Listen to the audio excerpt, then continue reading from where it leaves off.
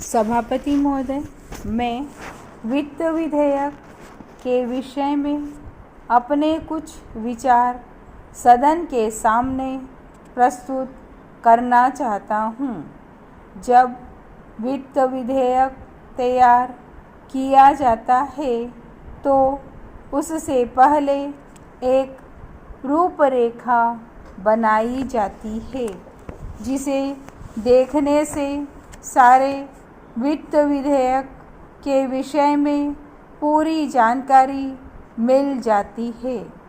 सर्वप्रथम तो मैं यह निवेदन करना चाहता हूँ कि वित्त मंत्री महोदय ने अपने विधेयक में यह कहा है कि हमारा यह विधेयक देश को विकास के रास्ते पर ले जाने वाला बजट है, ठीक नहीं है।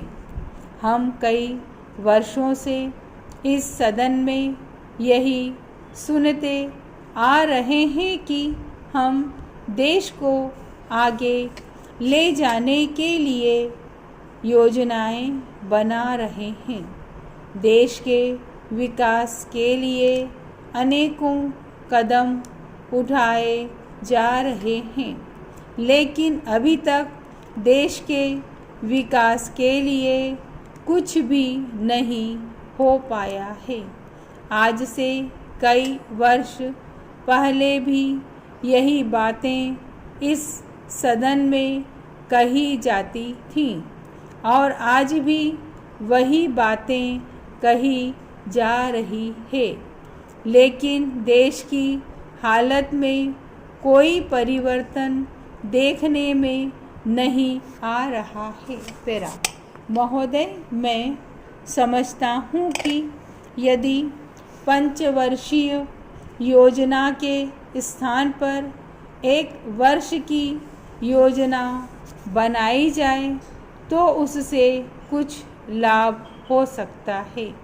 यदि इसके लिए संविधान में संशोधन करने की आवश्यकता हो तो उसके लिए भी कदम उठाए जा सकते हैं।